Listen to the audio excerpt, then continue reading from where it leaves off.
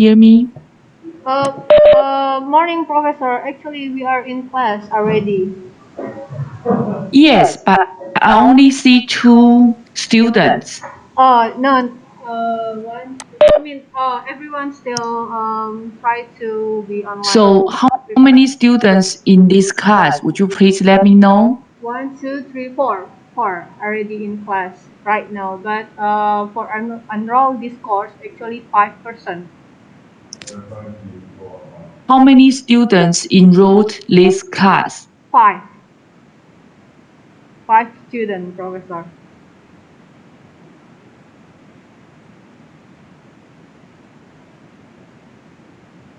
班学也才2个人。5%, Professor. Could you hear me, Prof? Hello? 5 people? Yes, yes, yes. There are five Sure. person that enroll this class, but right now there are 4% that are already in class. Actually, my WebEx shows 3 students and me. Yeah, they're still preparing. Just arrived in the class and then preparing their laptop and many things. So It's fine. We can wait. okay. Since the class alarm hasn't started yet. And I'll start my video soon. Okay, okay, bro.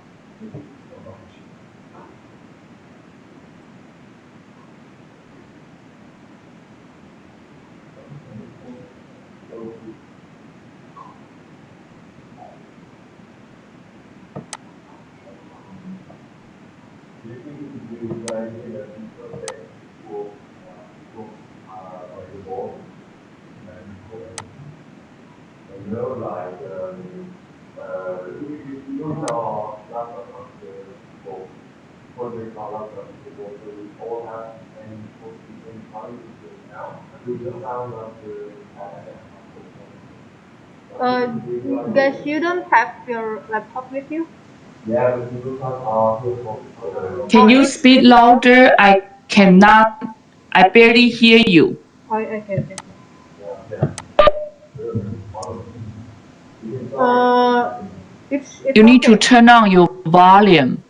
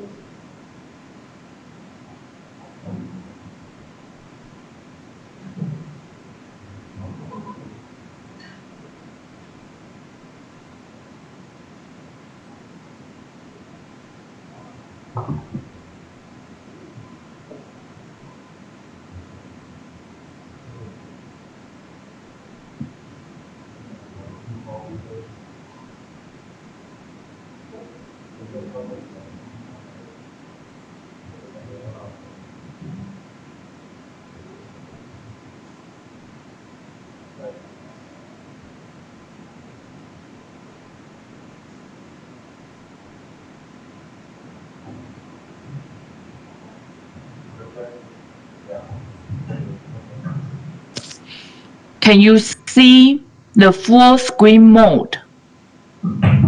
Yes. Okay, now is the full screen mode. You can see that when I share my PowerPoint file, it's the full screen mode on your computer screen. If that's it, then let's start the class for today. My name is Sherry Hu, and today's class I would like to introduce to you guys is the drug action on behavior. So it's a psychopharmacological approach. So actually, since we study psychology as a science, we are curious what would be the pharmacological basis of our behavior. That's why we use pharmacological different kinds of drugs try to affect our psychological function and our behaviors. So today will be a basic introduction for the principles of pharmacology. So as you can see, why we study psychology, but we also need to know the basic knowledge about pharmacology. Pharmacology is the science of drug action. So if one day you become a psychologist and then you perform some clinical work like clinical psychologist, you have your license and you were in the hospital facing the patients, then a lot of pharmacological slogans you have to know. For example, the most basic terms in pharmacology, I'm going to introduce two terms. One is pharmacokinetics. The other is pharmacodynamics. So pharmacokinetics we call PK, pharmacodynamics we call PD. So you will hear a lot of physicians or psychiatrists, they will say, oh, let's PK and PD of this drug, let's change the drug for these patients. So even we study psychology, we need to know pharmacology. So what's PK? Pharmacokinetics. 中文叫做药物代谢动力学，代谢。So PK is different from PD, quantitatively different from PD. So PK is factors determine drug action. So it's the study of the movement of drugs in the body, including the process of absorption, how you take the drug from oral or from injection or from the patch, and then how the drug has been absorbed by your body and then circulate in your bloodstream, and then how the drug distribute all over your body and localization in your tissues. And then after the drug exerts its function, then there is enzyme to do something to the drug. So we call that drug biotransformation. The drug will be metabolized into their metabolites, or like excrete by your body through your urine or your feces or your sweat. So PK by definition is the study of what the body does to the drug. Because once you take the drug, your body will do a lot of things to the drug. And then since the drug affect our cognition, our psychology, and our behavior. Interesting. I'm curious if you can see my face, but actually on my screen, I didn't see myself. That's okay. Let me see. Yes, we can see your face, Professor. Okay, good. On my screen, I only see my PowerPoint. Okay. So we need to monitor the therapeutic index. The therapeutic index of drug is what we concerned, and we want to increase the therapeutic index and then minimize the side effects.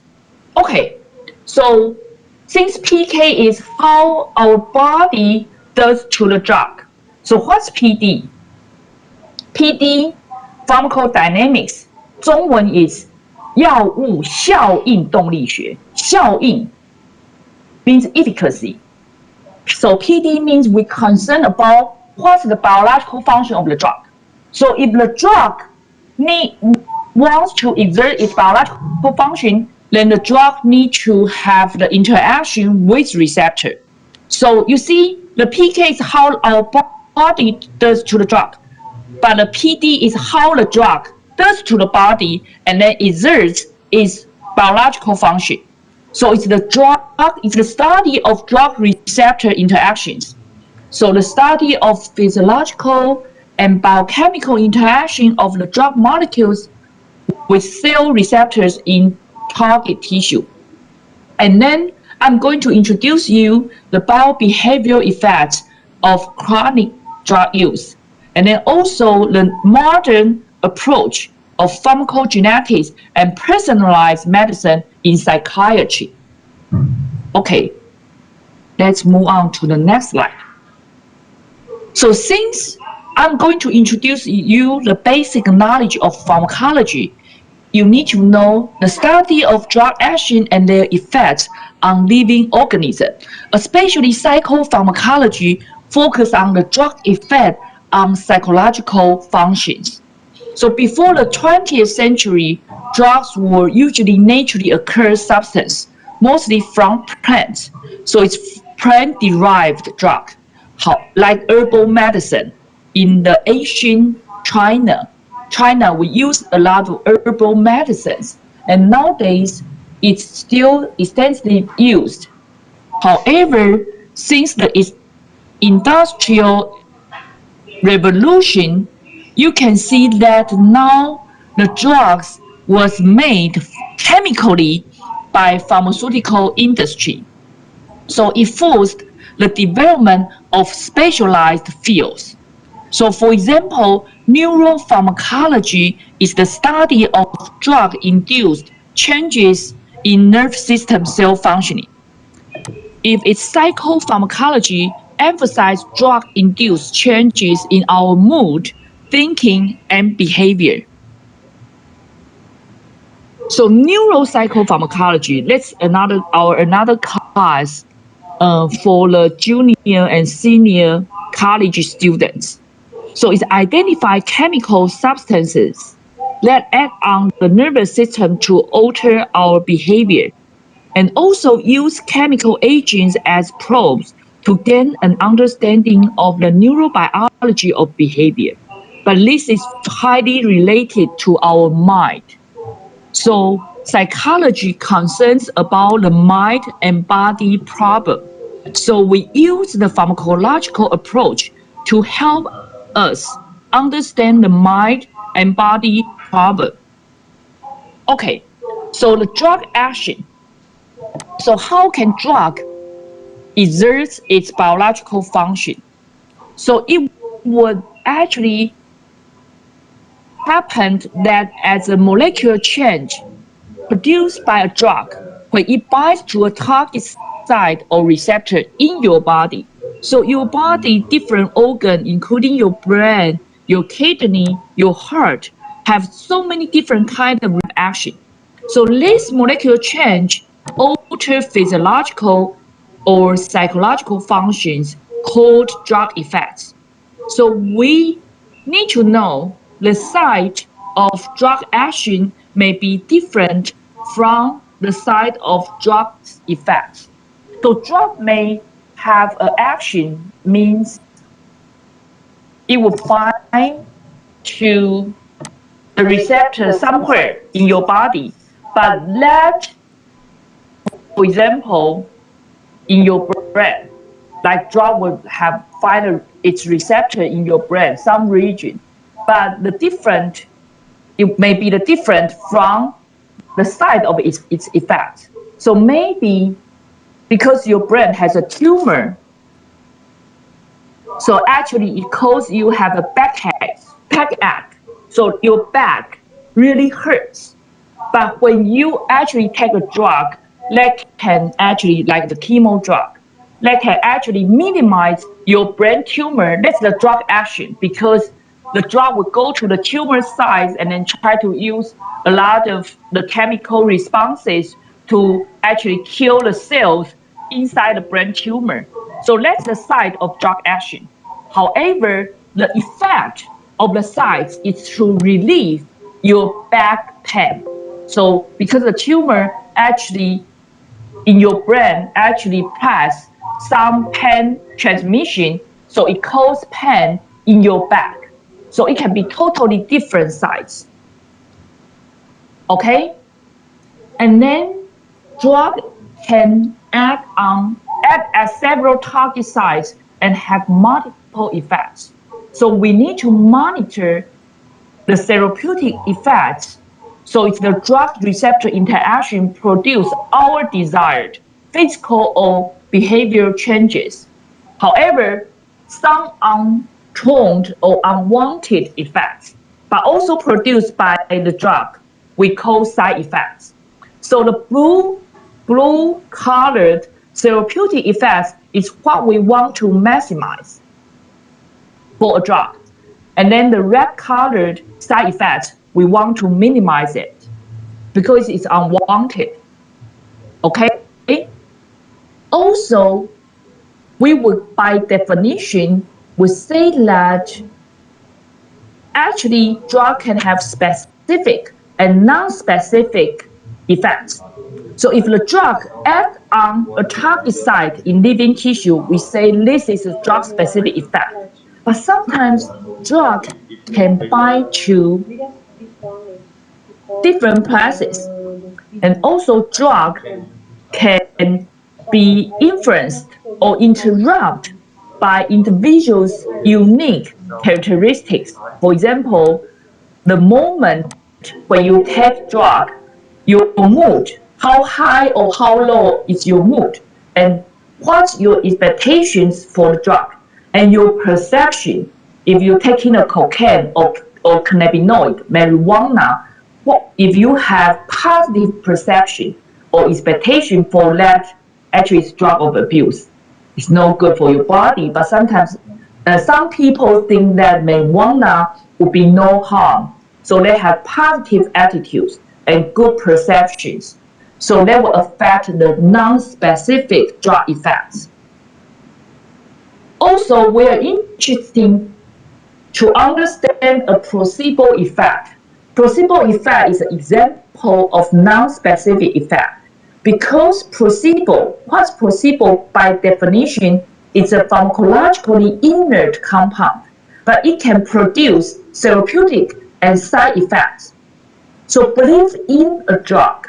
So even I give you vitamin C, but you believe that it's a magic drug, will produce real physiological effects despite the lack of chemical activity. It's just vitamin C. But if I tell you this is a very good drug we just manufactured for your syndrome, then you will believe in that drug and will produce placebo effect. So placebo effect is an example of mind-body interaction. So we want to really understand the mechanism responsible for the placebo effect so we can enhance the therapeutic effectiveness of drug treatments. So drug effects can include the real pharmacological chemical interaction, the PD part. Is the binding of the drug with the receptor. But the other part is non-specific effect of the drug. So it's your expectation, your perception, your mood, and your attitudes. And this non-specific effect of drugs can act on the real specific effect of drug. So placebos sometimes can represent as an inexpensive treatment that avoids interactions with other medicines because it's not real drug. It's inert. It won't be active in your body. So possible explanations for placebo effects. For example, Pavlovian conditioning. So if I am a doctor, so every time when I give you something, it would always have therapeutic effect. So every time I give you real drug, and then you would have good expectations on me. So over the 10 times, just one time I give you vitamin C, but you've been conditioned. So it's Pavlovian conditioning. You connect me, show up with the good drug effect. So one time even I don't give you the real drug, but you still feel good. You have placebo effects. Also, the conscious expectation of outcomes. If you think that this drug, even it's a placebo, but it's going to work, then you have a lot of psychological positive attitudes that it will help. Also, social learning. If you see that a lot of people taking this kind of vitamin C would alleviate their pain, then you will learn from your friends, your family, your relatives that, okay, this vitamin C is really good. Also, everybody has individual difference. So you have genetic variants to have different kind of effect to placebo response.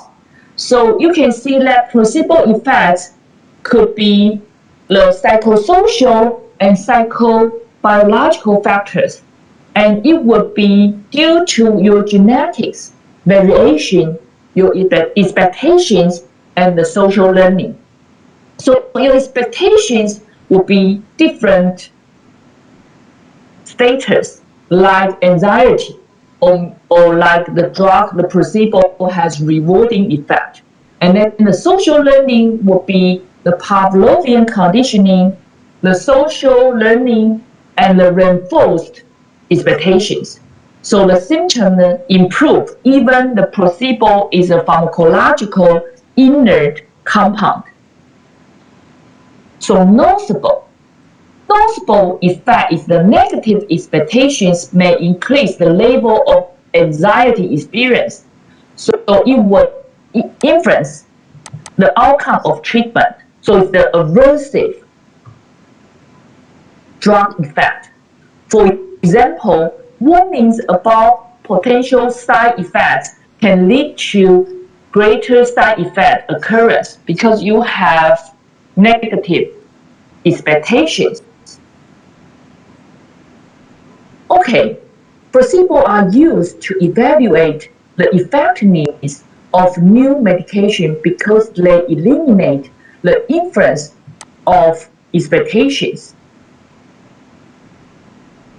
So it would be control group would use the placebo drug, and then the experimental group would use the new medicine. And then for comparison, you can see the control group is identical to the experimental group in all ways and is unaware of the substitution of an inactive substance because they don't know. You actually give them the placebos. So we can actually compare these two groups and then know how the new medicine really works. So in psychological research setting, we would actually encourage you to use double-blind experiment. So what's double-blind experiment means neither patient nor observer knows which treatment the patient has received.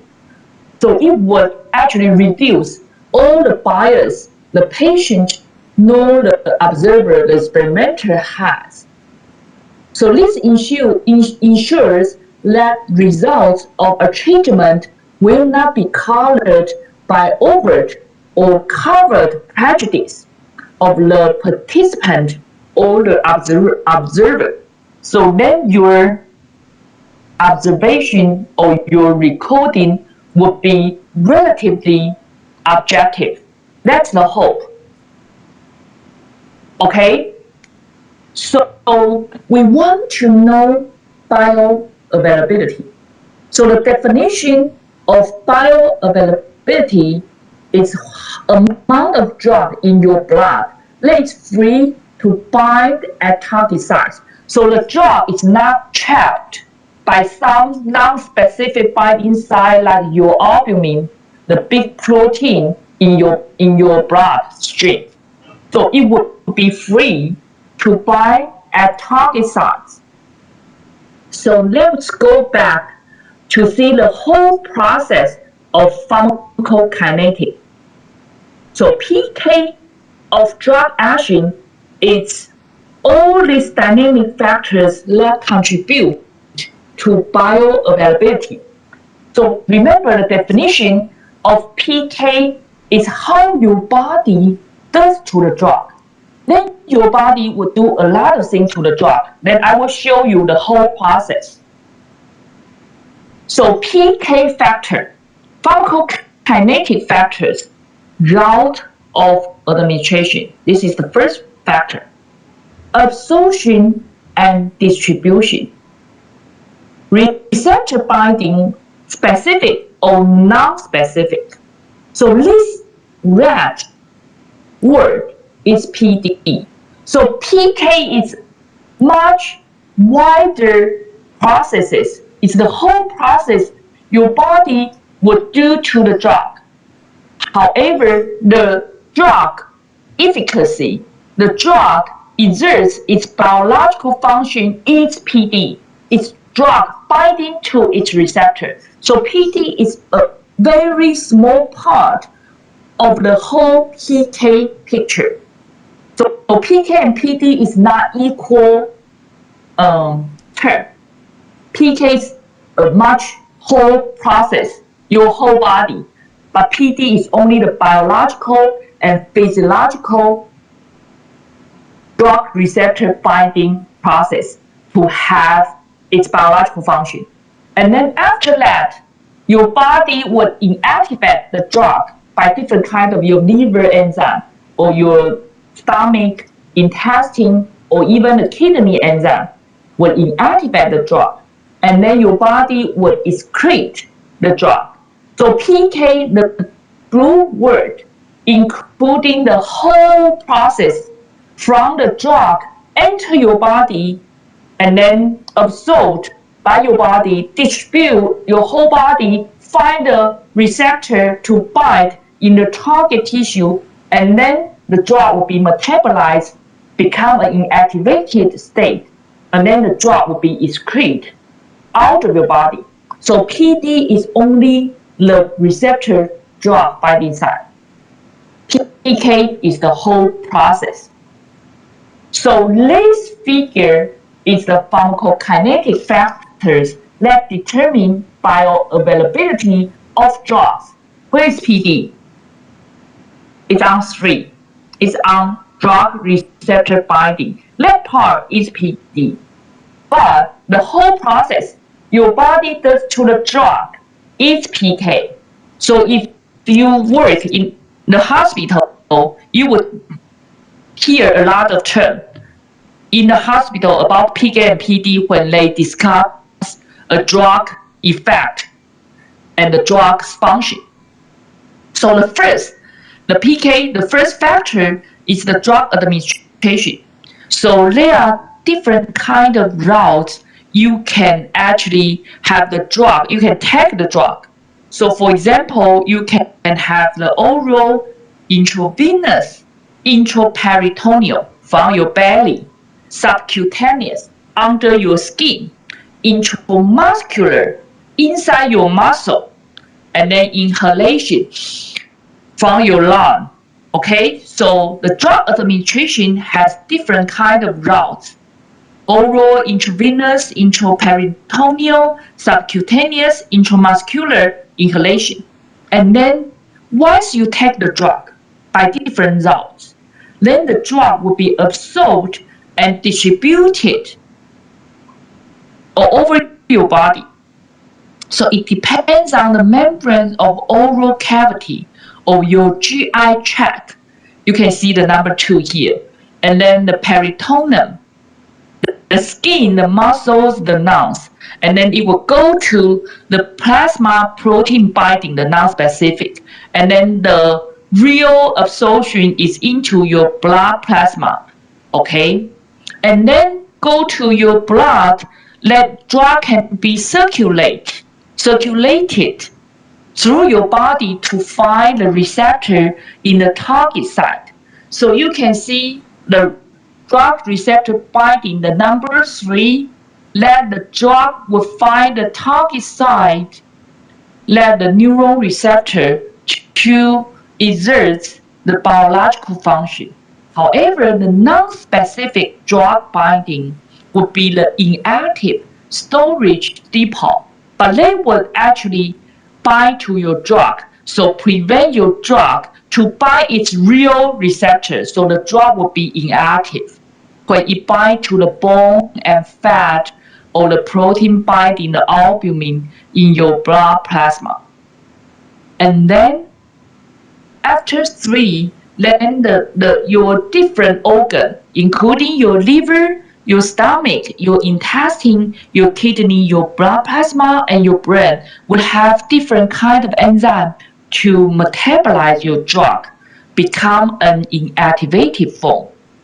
Finally, number 5, this metabolite will be excretion by intestines, kidneys, lungs, sweat glands, etc.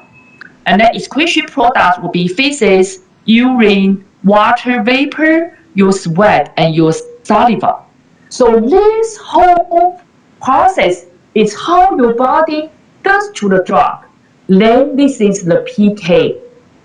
Only the number 3 is how the drug does to your body when the drug binds to its receptor in the target site to exert its efficacy.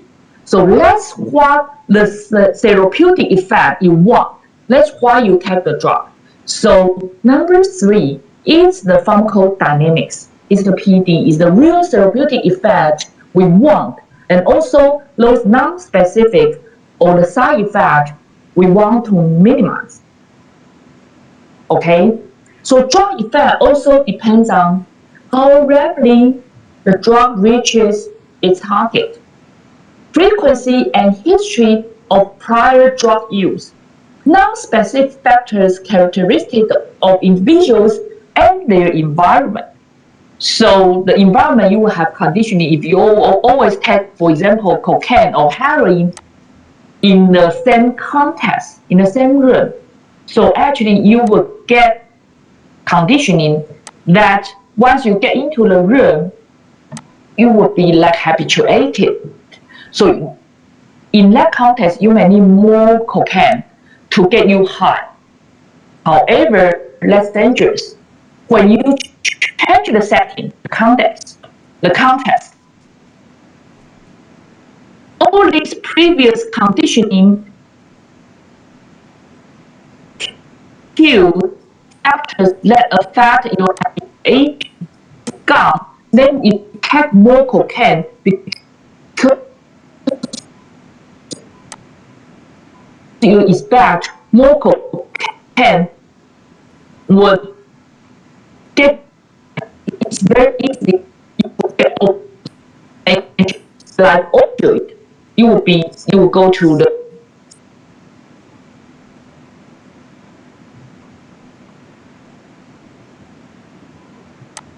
Okay, so methods of drug administration influence onset of drug action. So we actually divide them into 2 different routes. That's the rough division. So enteral means go to your GI tract. For example, you would take the drug orally. So that's enteral route. So generally slow and produce variable blood drug levels.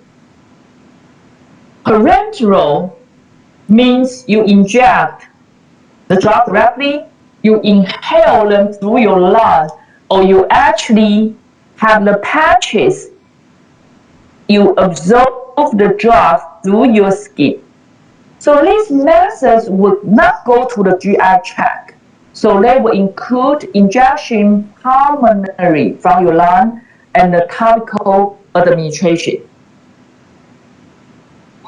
So oral administration, abbreviated as PO, this is latent. Latent means by mouth, per os. Latent word, PO. So oral administration is self-administered economical. So you imagine, because now a lot of Taiwanese still on the waiting line to get your COVID-19 vaccine, because you need to make an appointment and have the nurse inject you. Usually it's the intramuscular injection for your COVID-19 vaccine. But if you notice, there's a news that Merck pharmaceutical company just announced that they have the own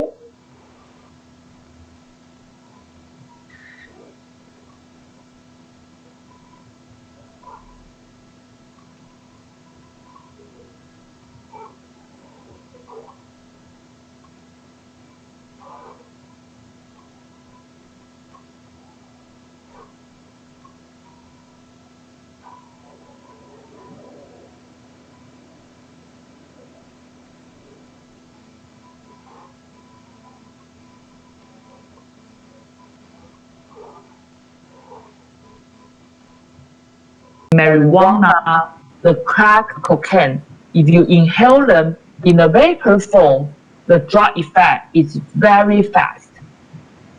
Topical.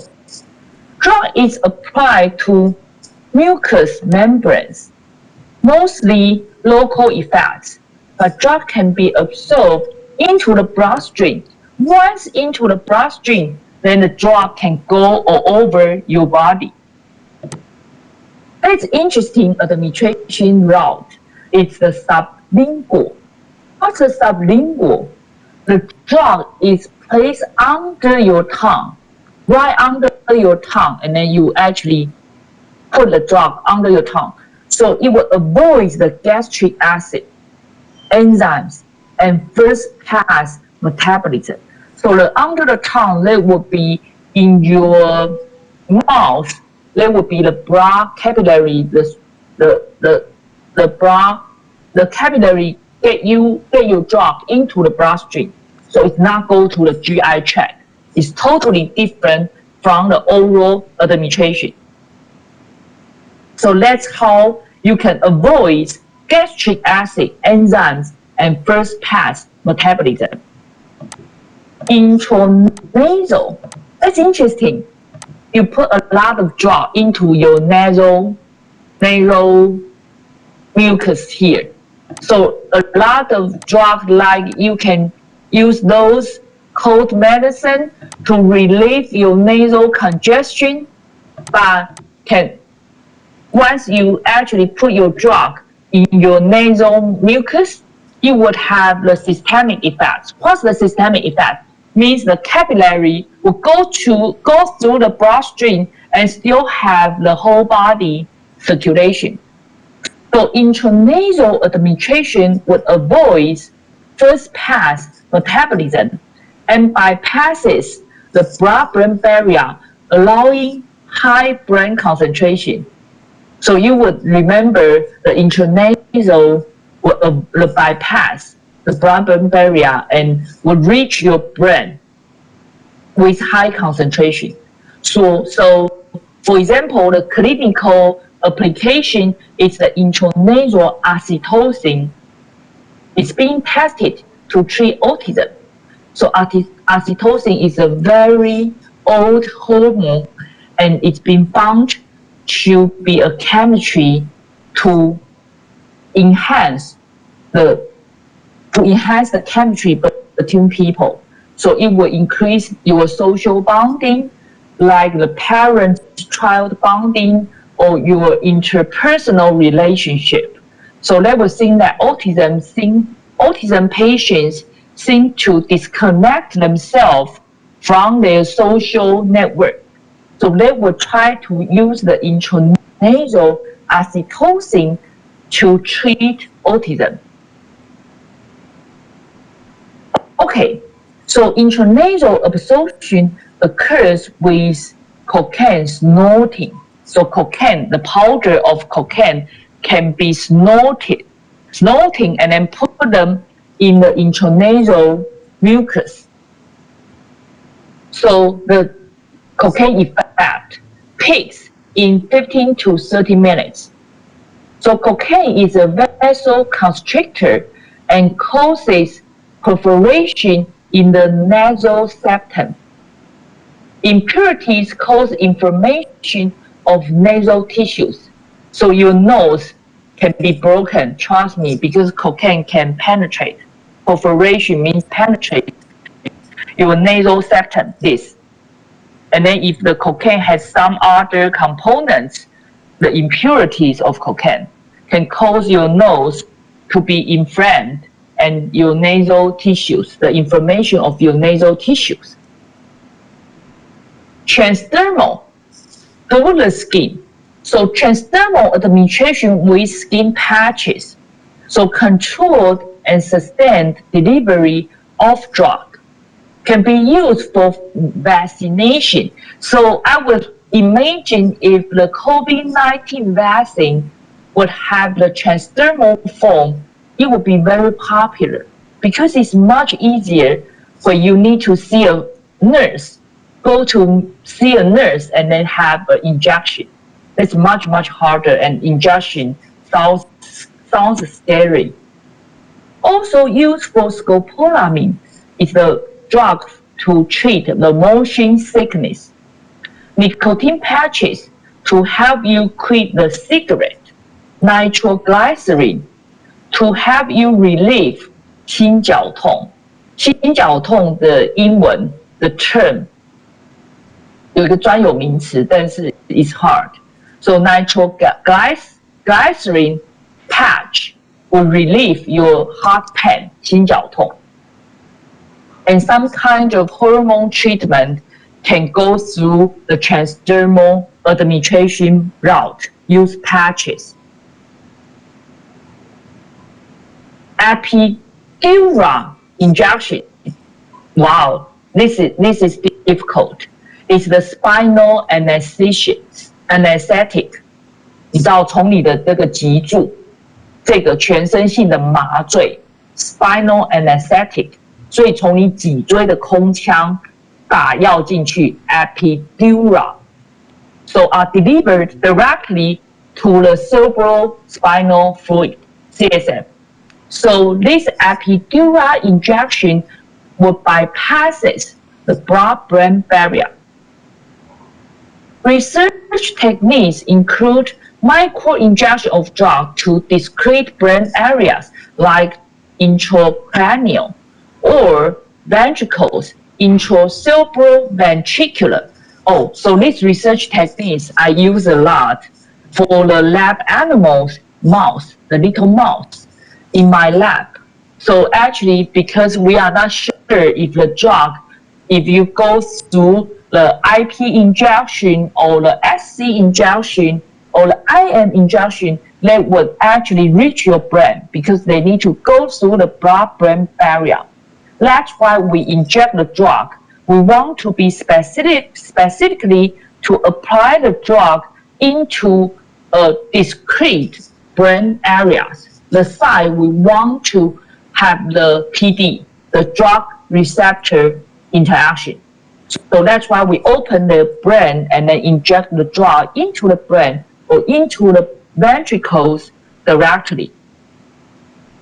So infusion pumps, sometimes patient can be implanted, or your animals can be implanted under skin of the scalp. So it's programmed to deliver a constant dose of antibiotics into cerebral ventricles to actually reduce your brain inflammation. So used to treat brain infection.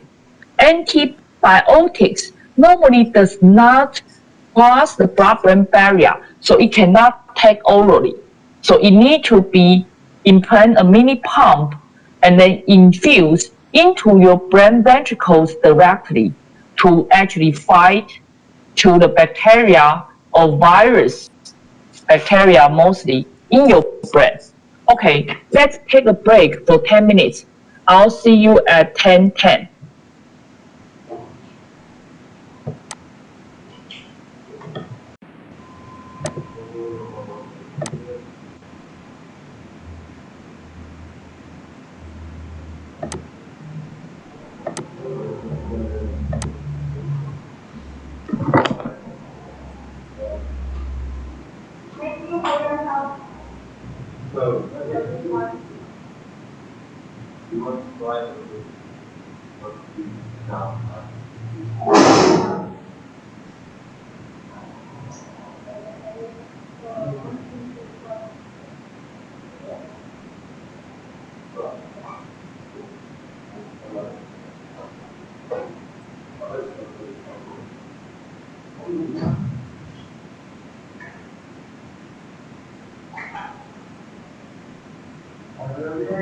Bye-bye. Have a nice day.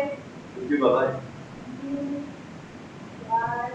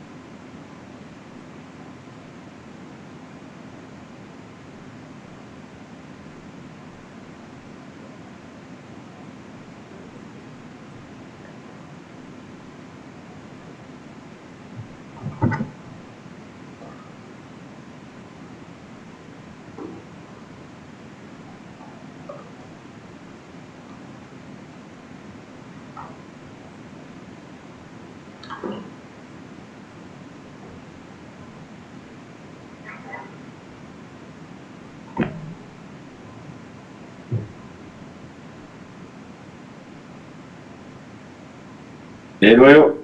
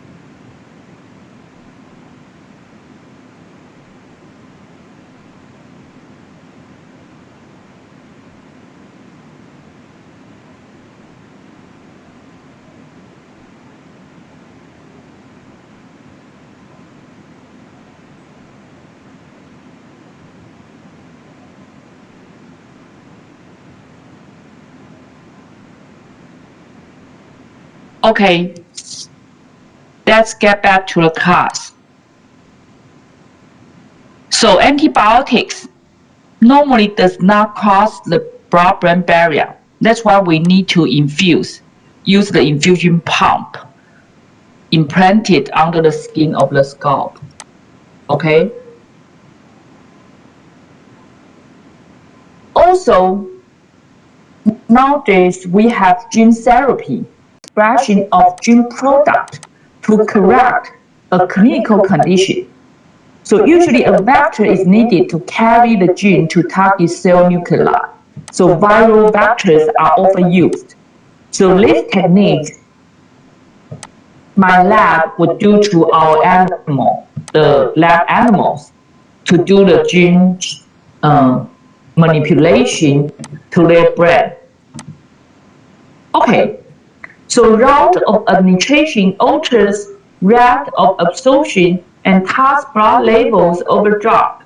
So peak levels reflect absorption rates. And the fact that slow absorption provides the opportunity for liver metabolism. So if you can quickly get your drug into your bloodstream, and then the drug can be circulated to find its target site, it would avoid the liver metabolism. However, if your drug actually stay in your body, not in your bloodstream, like in your muscle, in your non-specific binding site, like your fat, your bone, those protein depot, then it would go through the first pass metabolism by your liver. So each method of administration has advantages and disadvantages. So it depends on your drug, what's the chemical structure of your drug, and what's your therapeutic purpose. The doctor or the researcher would decide the route of administration. So this figure shows you the time course of drug blood level. It depends on route of administration. So when you give your lab animal a drug, you can see that through IV it's the highest when you just inject your drug into your intravenous. It's 100% absorbed, but it dropped quickly. You get the drug very fast in your circulation, but the drug blood level also fall quickly. If the green line is the intramuscular injection, it's a little bit slower, more than like it's around 8 hours. The IV would drop within 4 or 5 hours, dropped almost zero. If you put the drug into the vegetable oil, then the intramuscular junction, you see another green line, the absorption would be slowed down. And then the dashed line is the threshold for drug effectiveness. The subcutaneous and the oral is not only slow, it actually absorbs slow and then falls slow, but also it never peaks to the high concentration, the high drug concentration in your bloodstream. So actually they go through a lot of first pass metabolism by your liver through the subcutaneous and the oral administration. Because it's a slow absorption, you put a drug either go through the GI tract as the oral administration, and also subcutaneous injection. Even it's not go through the GI tract, but it's slow. It stay under your skin. It's the rest of your body part. So that's why the drug concentration never peak like IM or IV.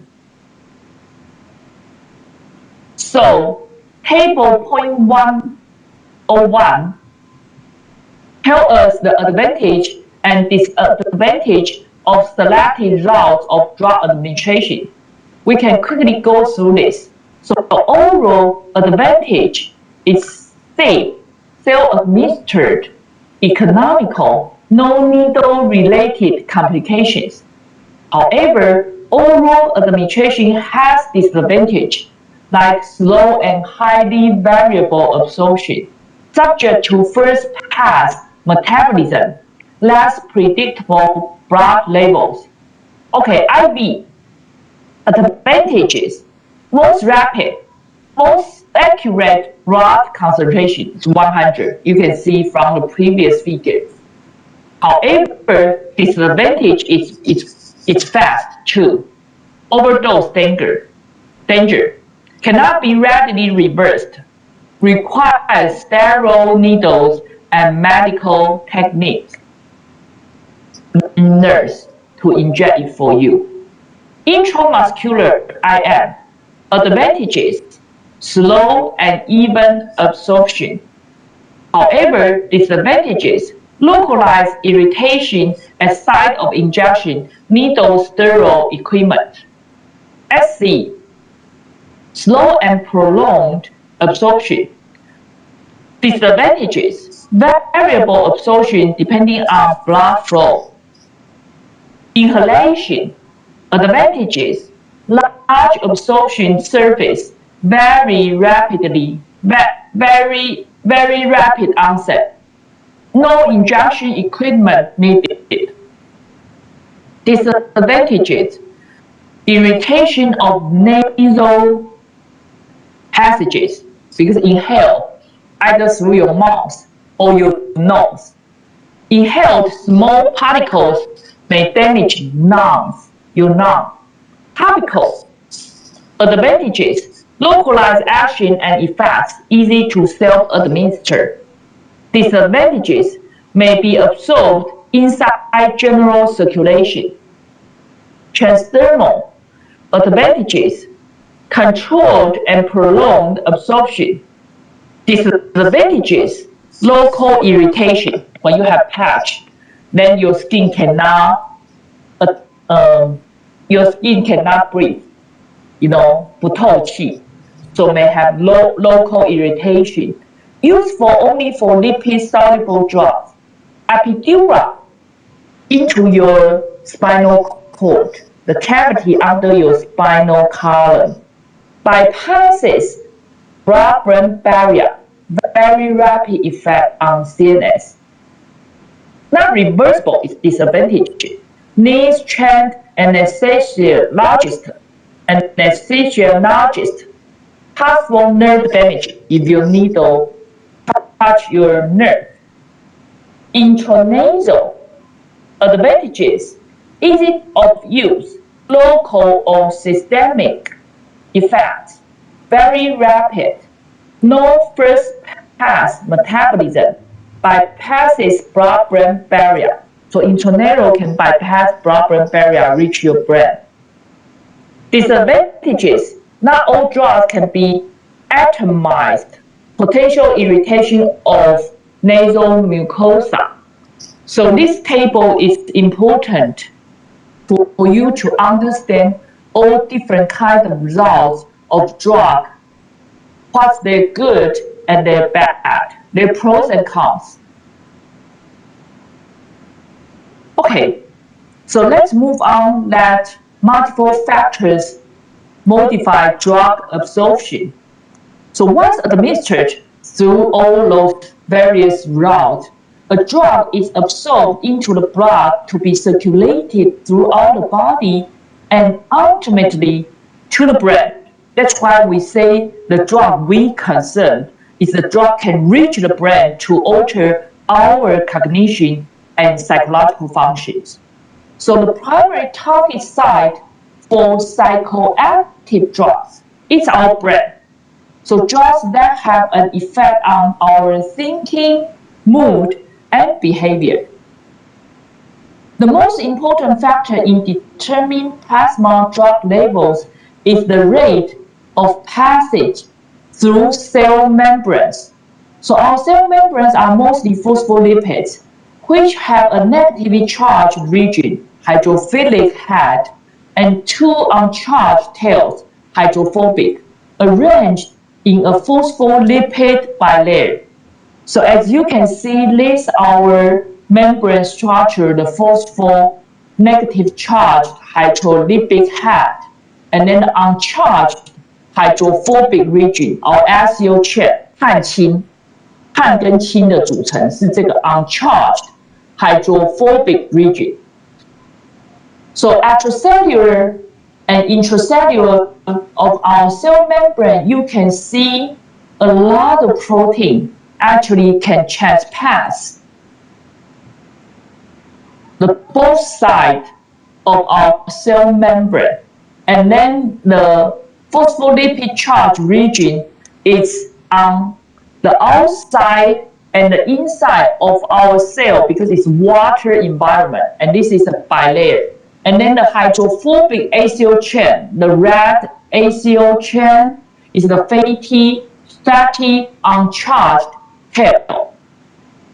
So proteins are inserted into the phospholipid bilayer and serve as receptors or channels that which our drug can bind. The molecular characteristics prevent most molecules from passing through our cell membrane unless they are fat-soluble. So what would be the exception, the fat-soluble compound? It's marijuana. So most drugs can be dissolved in water, so they are water-soluble. So they would be trapped outside the cell or inside the cell unless they have ion channel open to let those ions to be get into and out the cells. Only the fat-soluble drug like marijuana, because that would be the same, very similar component with the fatty uncharged acyl chain. So the fat can be dissolved in fat. Oil can dissolve in oil, but oil and water cannot be dissolved. That's why when you recall that you order the McDonald's for your lunch, and then you have Coke. So when you have the chicken or the hamburger, your mouth is full of oil, and then you drink the Coke, you will see on the surface of your Coke have some oil from your mouth. So the oil cannot be dissolved with water. It will be on the top of your Coke, your Coca-Cola drink. So the cell membrane is the same principle. Only the fat-soluble drug can actually pass our cell membrane, like the blood-brain barrier, our brain, without any problem. But other drugs usually cannot get through the cell membrane unless they have receptor or ion channels open. So that's why these characteristics, the cell membrane's characteristics, prevent our brain from the outside, all kinds of different virus or contamination or different bad things from our work. Okay, so lipid-soluble drug can pass through cell membranes by passive diffusion. You don't even need energy, ATP, you don't even need that. So marijuana is one of them. Heroin is very lipid-soluble. That's why heroin can be really toxic. Overdose. The direction of movement is from higher concentration to lower concentration. The larger the concentration gradient, the faster the diffusion. So lipid solubility increases drug absorption and determines how rapidly it will enter the brain. So you need to remember that highly soluble, liquid soluble compound can get into your brain so quickly and can get through your cell membrane, so get into your bloodstream. For example, heroin is more lipid soluble because it's functional group. has acyl chain, than the morphine. So both of them are derived from opioid. You know the plant opium, 罂粟花鸦片的这个植物。So both heroin and morphine is derived from opiate. However, because their functional groups are different, heroin is more lipid soluble than morphine and penetrates into brain tissue more readily, thus having a quicker onset of action and more potent reinforcing properties. 所以 heroin 的毒性是吗啡的5倍 ，5 times toxic. Need to be very, very careful. Most drugs are non-lipid soluble because they are weak acid or bases that ionize in water. So its extent of ionization depends on pH of the solution and intrinsic property of the molecule. So pKa is the property, the pH that the compound will be ionized. So pH of different body fluids affects how drug movement and can be absorbed. So this table 1.2 is the pH of our body fluids. You can see our stomach pH is 1 to 3. It's very acid. Small intestine is weak acid. It's 5 to 6.6. Blood fluid is weak base. So 7.35 to 7.45. Kidney urine is vary a lot. It's between 4.5 to 7.5. It's from weak acid to weak base. Our saliva in our mouth is 6.2 to 7.2, almost neutral. Our CSF is weak base, 7.3 to 7.4. So pKa, by definition, is the pH at which a drug would be 50% ionized and 50% non-ionized. So each drug has its own pKa. In that pKa solution or body fluid would be the pH that drug would ionize 50%, non-ionized another 50%. So drugs that are weak acids ionize more rapidly in an alkaline environment and become less ionized in an acidic environment. The opposite is true for weak bases. So you can see that our body fluids affect drug absorption. The effect of ionization on drug absorption, as you can see, this aspirin. So when you take aspirin, it gets to your stomach.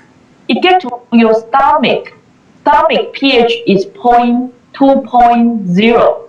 So mostly it's the non-ionized form for the aspirin. Then this aspirin non-ionized form is very easy to get into the blood and then can circulate it to be absorbed and then bind to its receptor in the target site. If you want to go, if you take the aspirin to treat your headache. And then in the blood, because the pH is 7.4, so most of the aspirin in the blood become ionized. However, if your stomach is full of food, then this drug will be absorbed by your intestine. And intestine have large surface, and intestine's pH is 5.5, as you can see on the figure, the yellow part. So pH 5.5 would put the aspirin into the ionized form, but the ionized form is not easy to get into the bloodstream. So you see this arrow is thinner. So the absorption of aspirin from the intestine is lower than from the stomach. So you can see the difference because the stomach and intestine intestine has different pH fluid.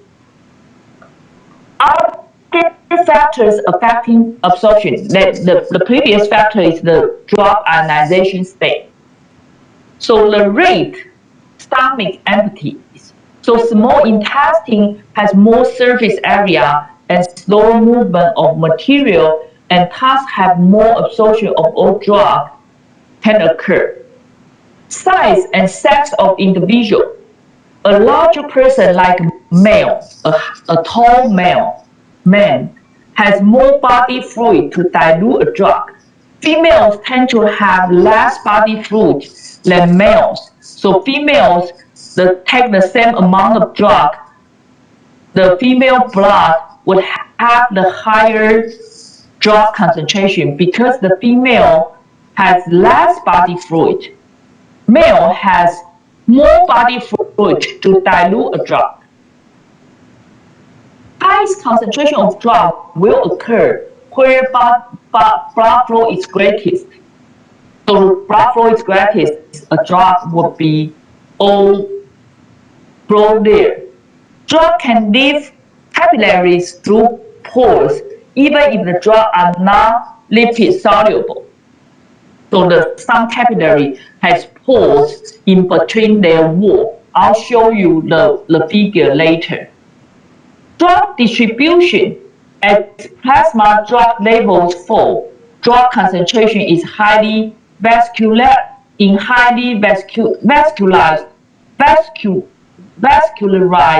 organs will be greater than in the blood. So the drug will move from those organs back into the plasma to maintain equilibrium.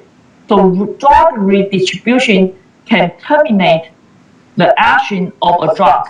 For example, some drugs will move to the fat depot and can be metabolized by first pass metabolism of our liver.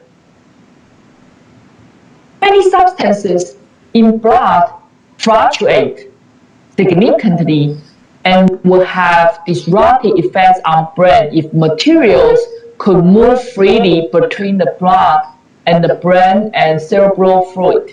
That's why our brain has the blood-brain barrier. Need to be protected from the outside materials. So cerebrospinal fluid, CSF, fills the subarachnoid space around the brain and spinal cord, ventricles, and canals.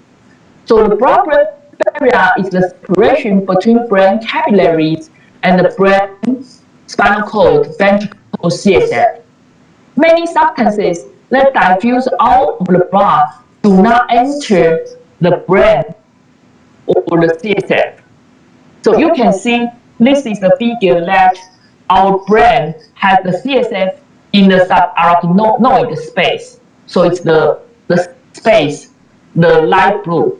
And then have the lateral ventricle, third ventricle, spinal, subarachnoid space, the fourth ventricle. And then the choroid process of lateral ventricle here is actually the place make the fresh CSF. So for each day, 24 hours, your choroid process will make 6 times renew your CSF in your brain and your spinal cord. And then you can see the aqueduct connect the third ventricle with the fourth ventricle. So this CSF and this brain space is well protected.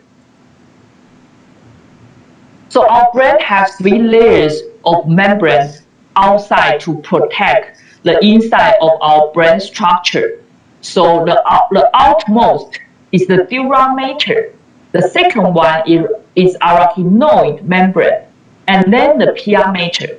And then you have the central vein and the central artery. And then you have the brain capillary with tight junction. So you see the CSF is under the arachnoid membrane. So it's the subarachnoid space filled with CSF.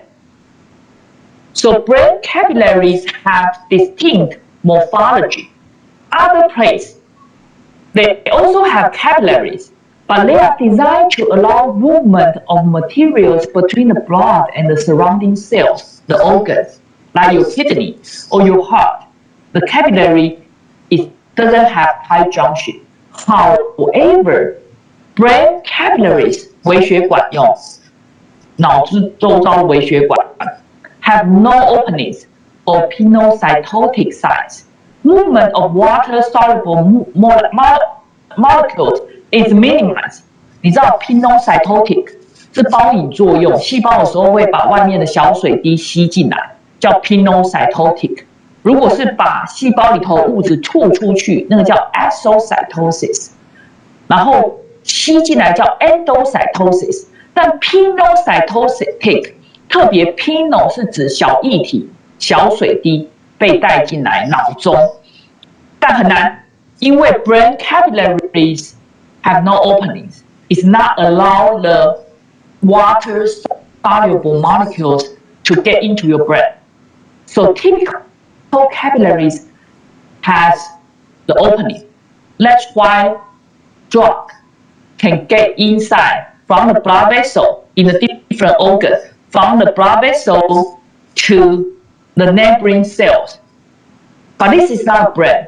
So you see, if it's lipid-soluble drug, then it can go through by passive diffusion, lipid-soluble transport. But other water-soluble drug in non-brain area,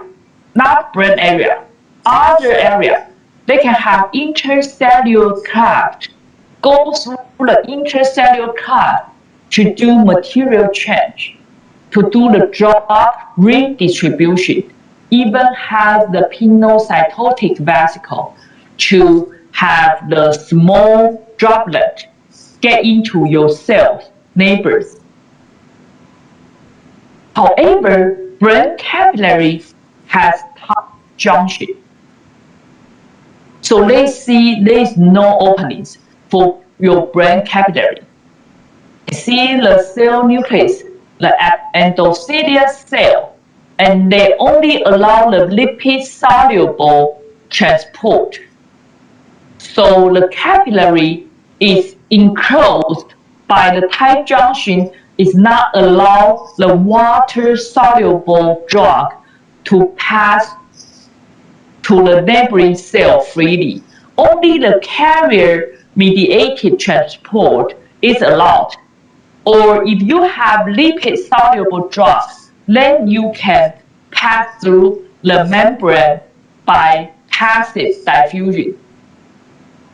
So brain capillaries are surrounded by glia fields. The extension of the glia cells are called astrocytes. The field help maintain tight junctions between capillary and endothelial cells. So this forms the blood-brain barrier, reduces diffusion of water-soluble ionized molecules, but does not impede lipid-soluble molecules. So like marijuana and heroin can still reach your brain very quickly. Some brain areas are not isolated. For example, the area post-trauma, or called CTZ, chemical trigger zone, is a cluster of cells in the brainstem that responds to toxins in the blood and induce vomiting. So even if some part of your brainstem, they can actually, those toxins can reach your brain cells and then actually tell you to vomit to avoid you from poison. It is important to know whether a drug can cross the blood-brain barrier. For example, physostigmine crosses the barrier, so used to treat the intoxication from agricultural pesticides. So it increased the availability of the neurotransmitter acetylcholine, increase their release. Another closely related compound, drug, neostigmine, does not cross the blood-brain barrier. So it's a peripheral drug. So it increases acetylcholine peripherally, used to treat diseases such as myasthenia gravis without CNS side effects. So we designed this drug, neostigmine, on purpose. We don't want this drug to cross the blood-brain barrier to affect our brain. So this is the peripheral drug to increase your neuromuscular junction. The nerve will increase acetylcholine release to enhance your neuron to control the muscle contraction. 所以这个 myasthenia gravis 中文叫重肌无力症。当你的这个 acetylcholine 的 neuromuscular junction， 你的神经对你的肌肉的控制失去，很多细胞坏死，在 neuromuscular junction 的地方 ，this myasthenia gravis that your muscle lose the contraction power. Then you would use the neostigmine only affect your peripheral neuromuscular junction to get back your muscle power. So your nerve can send a signal, acetylcholine, to contract your muscle again without the CNS side effect. Placenta 指那个胎盘 forms a barrier between the maternal blood circulation and the fetus. So it is important to know whether drugs can cross this barrier, the placenta. Potentially damaging effects including acute toxicity and teratogenic 会造成畸形儿的 effects. 如果妈妈在怀孕的 first trimester 服用了什么药 ？Drug remaining in the newborn can have prolonged action due to slow, incomplete metabolism. Opiates such as heroin easily enter fetal circulation. Newborns of heroin or methadone addicted mothers experience opiate withdrawal. So this heroin can go through the placenta and get into the fetal circulation. Tranquilizers, anesthetics, alcohol, barbiturates, and cocaine can cause acute toxicity in the fetus. Alcohol, cocaine, and carbon monoxide in cigarette smoke deprive the fetus of oxygen. So this will affect fetus development and will be the mental retarded baby. So mothers should be very, very cautious about what drug they are taking. Teratogens induce developmental abnormalities, includes drugs, teratogen 会引发畸形胎儿的这些药物，对不对？还有这些处置 ，includes drugs, X-rays, maternal infections such as German measles, 德国麻疹。妈妈得德国麻疹这个病毒呢，也会影响胎儿，造成畸形儿。Effects depend on timing of exposure. Most damage occurs in the first trimester when fetal organs are formed. So if we divide your pregnancy into 3 periods, the first, the second, and the third, the final trimester, the fetus would be mostly be affected in the first trimester, the sensitivity of the fetus getting affected.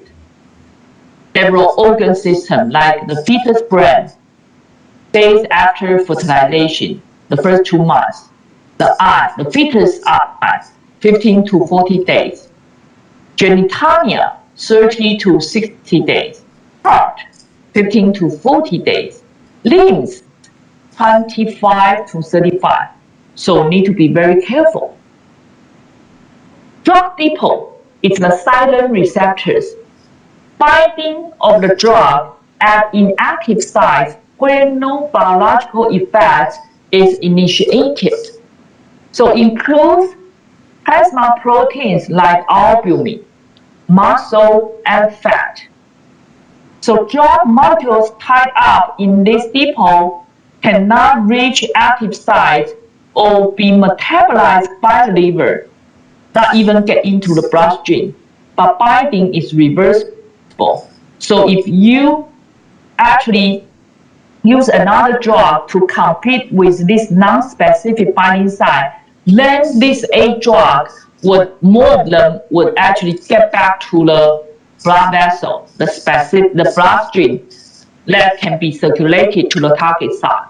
So that's why some drug cannot be combined together to use, because it's very likely one drug compete with all those non-binding sites would let this drug mostly get into the drug stream and become overdose. Should be very careful. Then we would have example to show you. So depot binding affects magnitude and duration of drug action. It reduces concentration of drugs at its site of action and delays effects. So depot binding plays a role. The non-specific binding plays a significant role of your drug action too. Individuals vary in amount of depot binding, which explains in part why some people are more sensitive to a drug than others. So individual difference. So that's why we nowadays want to do pharmacological genetics. Pharmacological genetics means based on your genetics 这个 predisposition, then we decide what kind of medicine is suitable for you as a unique individual. So this table 1.4 shows you the effect of drug depot binding on therapeutic outcome. So depot binding characteristics. So rapid binding to depot before reaching target tissue. So therapeutic outcome, slow onset, and reduced effects.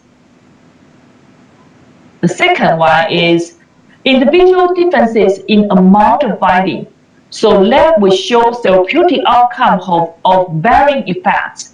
High binding means less free drug because it's depot binding, it's non-specific binding. So some people seem to need higher doses. Low binding means more free drug. So these people seem more sensitive to the drug effect. Competition among drugs for depot binding sites. Higher than expected blood levels of displaced drug, possibly causing greater side effects, even toxicity. Very, very careful. Metabolized bound drug. Drug remaining in the body for prolonged action. So redistribution of drug to less vascularized tissues and inactive sites.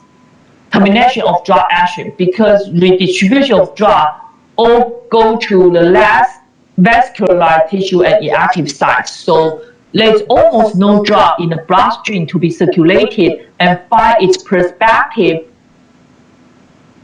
receptors in the target tissue. So it's a termination of drug action.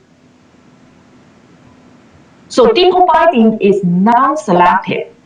Similar drugs can compete for binding sites. So this can result in higher than expected blood levels of a displaced drug and overdose. Because that drug, the non-binding site is occupied by the other drug. And then the drug will go back to the bloodstream and become overdose. Depot binding can result in drug remaining in the body for extended periods. For example, THC is the major ingredient, psychoactive ingredient of marijuana. So THC can be detected in urine for many days after a single dose. Depot binding can terminate the drug action For example, Psychopharmacology used in intravenous anesthesia is lipid soluble and enters the brain quickly, inducing deep sedation. However, depot binding redistributes the psychopharmacology to other tissues, and brain level drop within 5 minutes. 所以它可以造成麻醉跟镇静的效果，结果效果不持久。Because there is some depot binding cause this psychopharmacology to be distributed to other tissues. So it won't stay in the brain or in the blood vessels. Drugs are eliminated by biotransformation, metabolism, and metabolites are excreted. Drug clearance from the blood is usually exponential, so it's first-order kinetics. Exponential explanation means that a constant fraction, 50%, of free drug in the blood is removed during each time interval. Only a small fraction of clearance sites are occupied, so the rate is concentration dependent. So as you can see from the figure, this dextroamphetamine, the time for it 100% absorption and then to be cleared from your body, it follows the first order kinetics. So how many times, each time, the half-life, it will reduce 50%. So the second half-life, then it will have 25% left. You see, when this half-life time goes 6 circles, only 1.6% of the drug left in your body. So you see, even the second circle of the half-life, second round of the half-life, you only have 25 remained. And then the third round, you have 12.5. So actually, the first order kinetics can go really fast. Half-life, amount of time required for removal of 50% of drug. T 1/2，我们表示 half-life. Half-life determines interval between doses.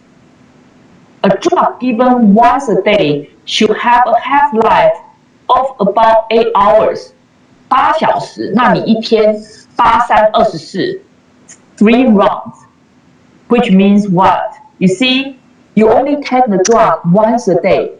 So once you take it,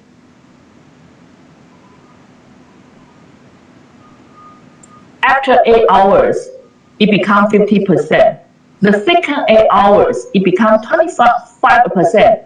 The third 8 hours, it becomes 12.5. Then it's time for you to take the second drug. So if you take a drug once a day, this drug should have a half-life of about 8 hours. Longer half-life could lead to accumulation, which increases potential for side effect and toxicity. So if the drug have a longer half-life than 8 hours, and then you take them once a day, then it would be accumulated. Now, the residual drug with the new drug taken, so which would increase potential for side effects and toxicity. So this is each drug half-life for cocaine is only 0.5 to 1.5 hours. You see THC, the marijuana, will have 20 to 35. Some antidepressant at the bottom, the Roloft, the Prozac, the half-life is 2 to 3 days, 7 to 9 days. So just one pill of Prozac, it would take the whole week for the drug concentration in your blood to drop to 50% of the original amount. Means it takes the whole week.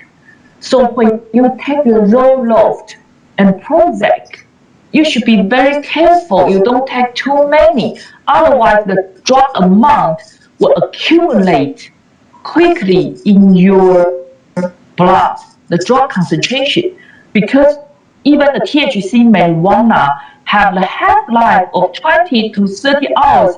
It seems long to me already, but take a look at the Zoloft and the Prozac. It takes 2 to 3 days, 7 to 9 days to clear the drug to 50% concentration in your blood. So go. How often we take a drug? For the drug taking interval, our goal is to maintain the concentration of the drug in the blood plasma at a constant level. So the target therapeutic concentration is achieved only after multiple doses. Half-life determines the time needed to reach the steady state plasma level. So we want the absorption distribution phase is equal to metabolism excretion phase. So our goal for the drug to have a constant concentration in your blood is like this. So the blood drug level come to achieving steady state plasma levels of drug is to take the drug in a certain amount of interval. So the peak 1, peak 2, the arrow point is each time you take a new drug. You take a drug once again. So the peak 1, peak 2, peak 3, peak 5, peak 6. So the desired drug level will reach the steady state plasma level. That's the most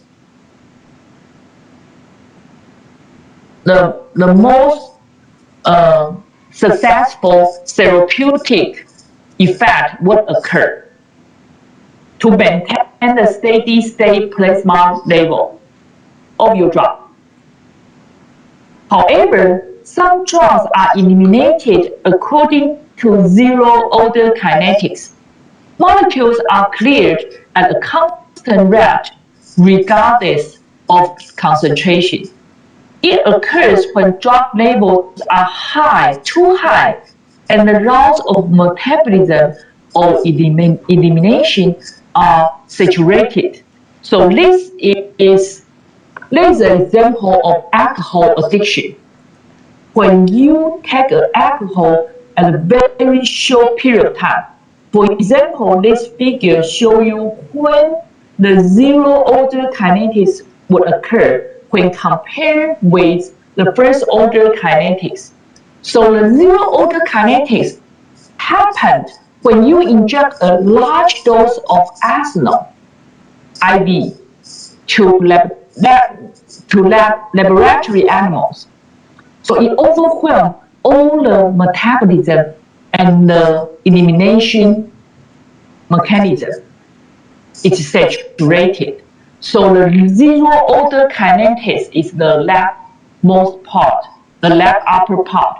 Means you take so many alcohol in your blood, you don't have enough enzymes or enough the mechanism to eliminate this alcohol. So it was dangerous high in your blood. So it's zero-order kinetics. No matter your alcohol concentration is shooting high, your body is saturated. It's no way your body can eliminate, metabolize this alcohol quickly.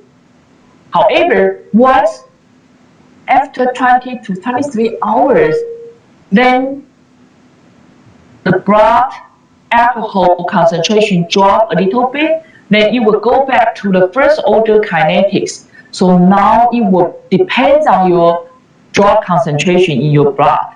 And then it will go first order kinetics, like what we see of the half-life of the time you spend to eliminate 50% of the alcohol in your blood. So it's very dangerous when you have the binge drinking. Means in a very short period of time, you drink the whole overwhelming amount of alcohol, it can be dangerous to your life, can be fatal. So be careful. So let's take a break for 10 minutes. I'll see you at 11:10.